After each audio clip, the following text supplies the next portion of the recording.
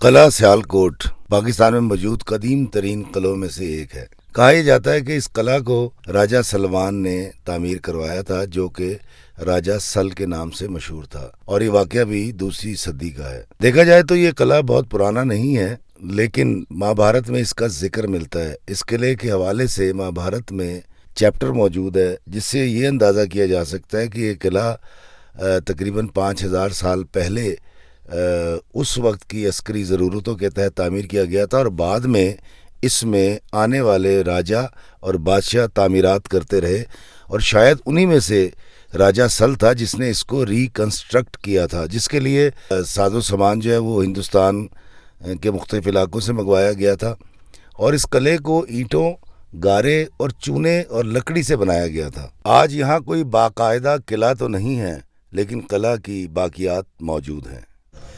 السلام علیکم میرے عزیزوں قاری، میرے عزیزوں، میں افتخار فی پیارے پاکستان کے شہر اقبال سے، جی ہاں سیالکوٹ سے، اور پیچھے میرے لکھا ہوا ہے سیالکوٹ تو زندہ رہے گا۔ جی ہاں سیالکوٹ بھی زندہ رہے گا اور پورا پاکستان بھی زندہ رہے گا۔ میں اس وقت موجود ہوں سیالکوٹ قلعہ کے باہر، اور میں آپ کو یہاں جو بھی باقیات قلعے کی ہیں وہ بھی دکھاؤں گا۔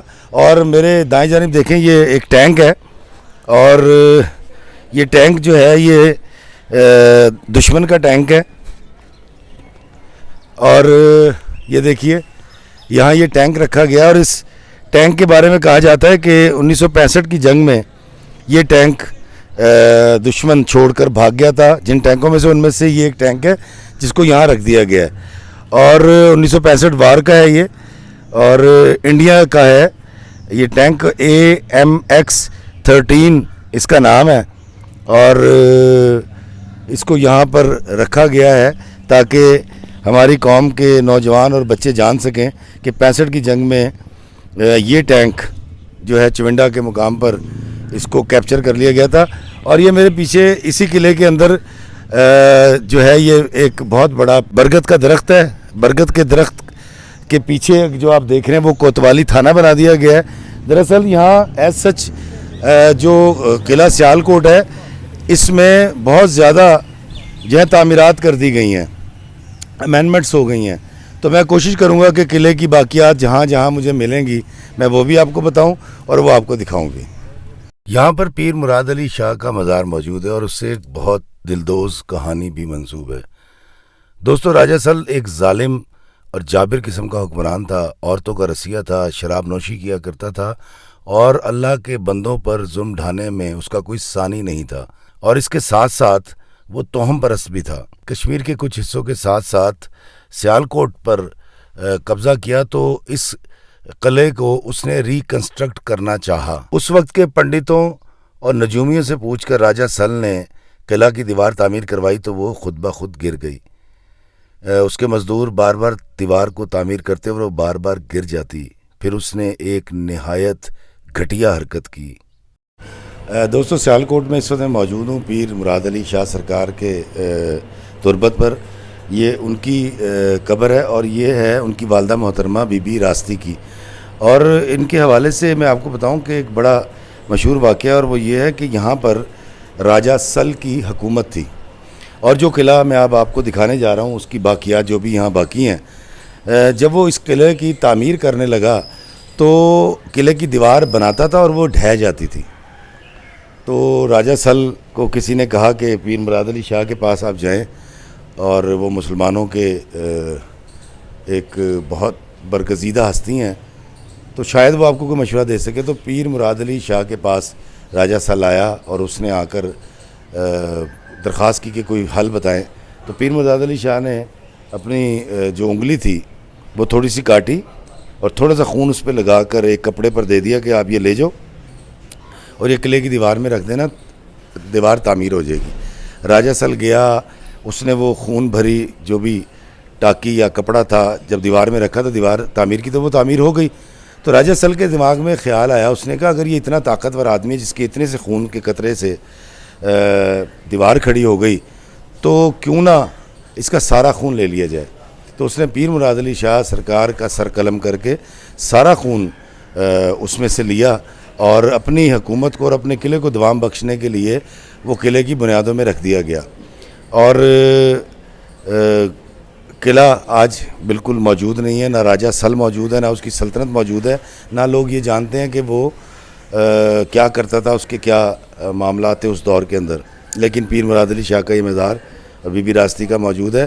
پھر بی بی راستی وقت کے شہنشاہ کے پاس گئیں اور جا کے فریاد کی. انہوں نے پھر ایک آرمی بھیجی اور پھر اس آرمی نے راجہ سل کی حکومت کو یہاں ختم کیا تھا.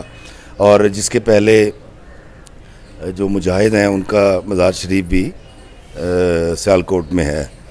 امام علی حق شہید تو شہید ہو گئے، لیکن راجہ سل کی حکومت جو ہے وہ ملیہ میٹ ہو گئی. اور میں آپ کو دکھاتا ہوں یہاں سے اسی مزار کے احاطے میں یہ مزار اس قلعے کا ہی حصہ ہے. یہ دیکھیں یہاں دیے جلائے جاتے ہیں، یہ دیا جلانے کے لیے یہ جگہ بنا رکھی ہے اور یہاں لوگ منتیں مانتے ہیں. اور یہ بائیں جانب میرے آپ دیکھ رہے ہیں، اس میں آگ جلائی جاتی ہے اور اس کو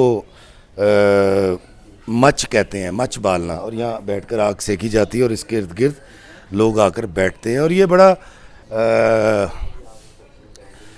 شرائن جو ہیں یہ تو ہمارے پاکستان اور ہندوستان کی زندگی کا حصہ ہیں.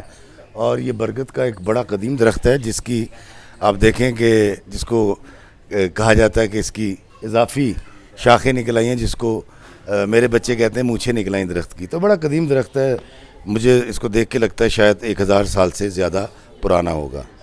دوستو قلعہ سیالکوٹ میں موجود ہوں اور یہاں ساری میں نے بتایا آلٹریشن ہو چکی ہے. اور یہ ایک دیوار اور اس کا دروازہ اور اس کی آرچز یہ یہاں بچی ہیں، باقیات ہیں. اور یہ اوپر کا پورشن اگر آپ دیکھیں تو یہ بھی پرانی اینٹ کا بنا ہوا ہے، کیونکہ ہڑپا کے مقام پہ جو آج تک چیز اس شہر میں اس پاکستان میں استعمال ہوئی پنجاب میں وہ ہے اینٹ. اور یہ دیکھیں یہ پلر کسی حد تک باقی ہے.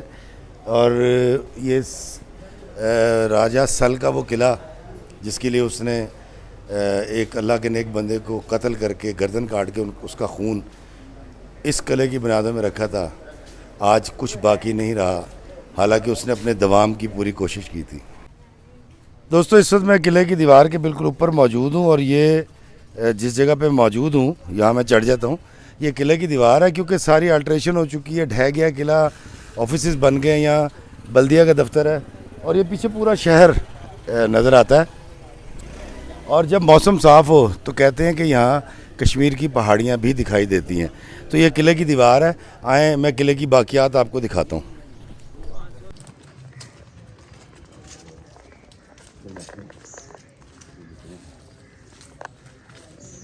میرے پیچھے اب آپ دیکھ رہے ہیں کہ راجہ سل کی جو کوتوال ہے یہ اس کی کوتوالی تھی اور یہاں ججز اور پولیس والے اس وقت کے کوتوال بیٹھا کرتے تھے. اس کی کچھ باقیات میں آپ کو دکھاتا ہوں. یہ دیکھیے یہ بڑا عجیب خوفناک سا کام ہے اور دھیان سے او مائی گاڈ. اور یہ دیکھیں بڑی خستہ حال صورت حال ہے اس کی.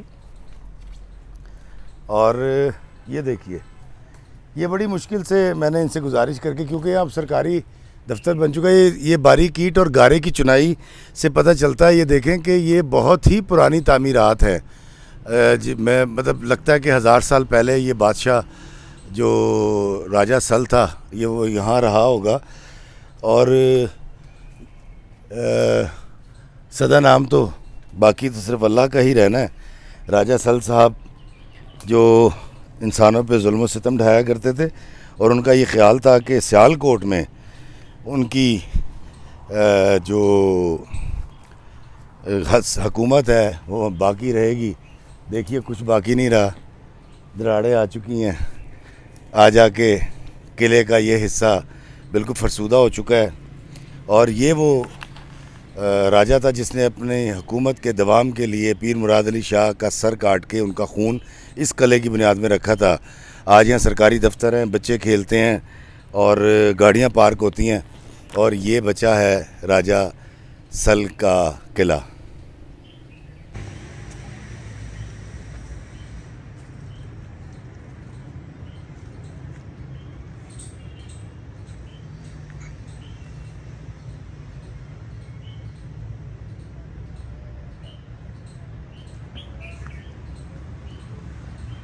آپ دیکھ رہے ہیں سیالکوٹ شہر نظر آ رہا ہے، کیونکہ یہ قلعہ جو ہے یہ ایک اونچی جگہ پر ہے، اور قلعے کی جو باقیات ہیں وہ میں آپ کو دکھاتا ہوں کہ دیکھیں یہ قلعے کی یہ باقیات آپ میرے ساتھ دیکھیں. یہ آرچز بنی ہوئی ہیں اور یہاں کمرے ہیں، اور یہاں پر ان کی فوجیں رہا کرتی تھی. یہ ٹائل دیکھیں، یہ جو چھوٹی ٹائل یہ آپ دیکھ رہے ہیں، اور اس قلعے کو دیکھ کر لگتا ہے کہ آنے والے جو بھی بادشاہ تھے انہوں نے ساتھ ساتھ اس کی تعمیر میں آلٹریشن بھی کیا، اضافہ بھی کیا، اور کچھ چیزیں ڈیمولش بھی کی ہیں، اور اس کی بڑی خستہ حالت ہے. یہ دیکھیے یہ قلعہ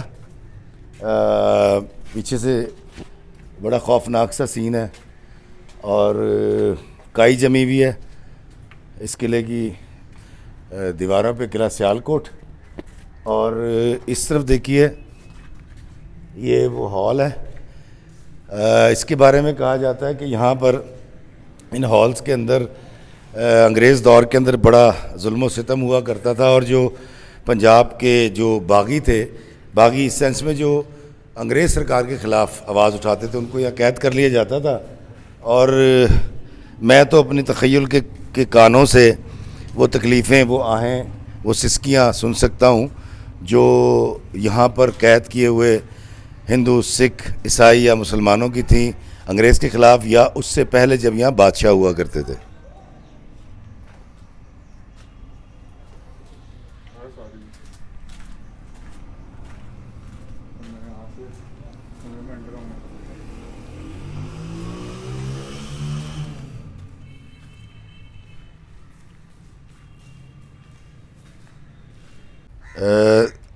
آپ دیکھیے کہ اس قلعے کے کمروں کی اب تو چھتیں بھی باقی نہیں ہیں، اور یہاں پر باقاعدہ طور پہ درخت اگایا ہے، اور وہ درخت کتنا تناور بھی ہو چکا ہے.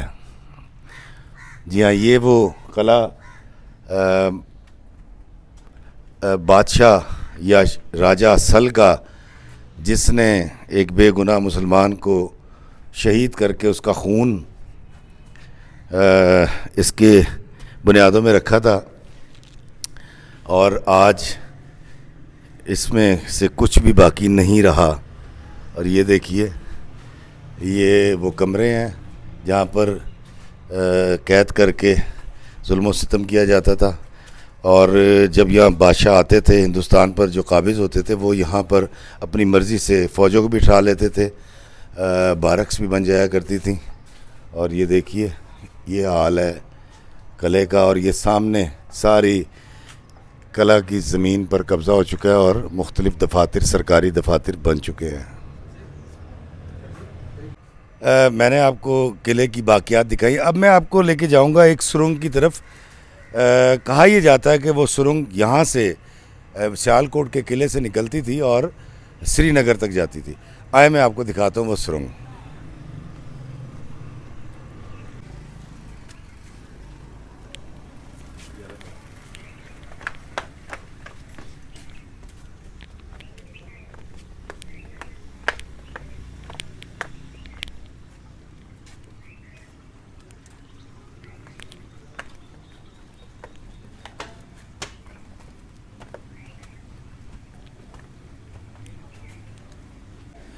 دوستو یہ دیکھیں قلعے کی یہ جو آرچ ہے، دیوار کا ایک کارنر ہوتا ہے جس کے اندر اس کو یوز کیا جاتا ہے. اس کے اوپر ہرکارے ہوتے ہیں، توپیں لگا دی جاتی ہیں یا تیر انداز بٹھا دیے جاتے ہیں.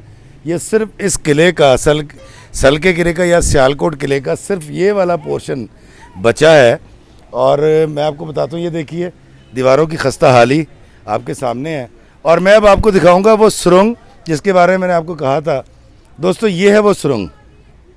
یہ دیکھیے یہ وہ سرنگ ہے جس کے بارے میں کہا جاتا ہے کہ یہ سرنگ یہاں سے جاتی ہے اور سری نگر جا کے نکلتی ہے، لیکن اس کو بند کر دیا گیا ہے.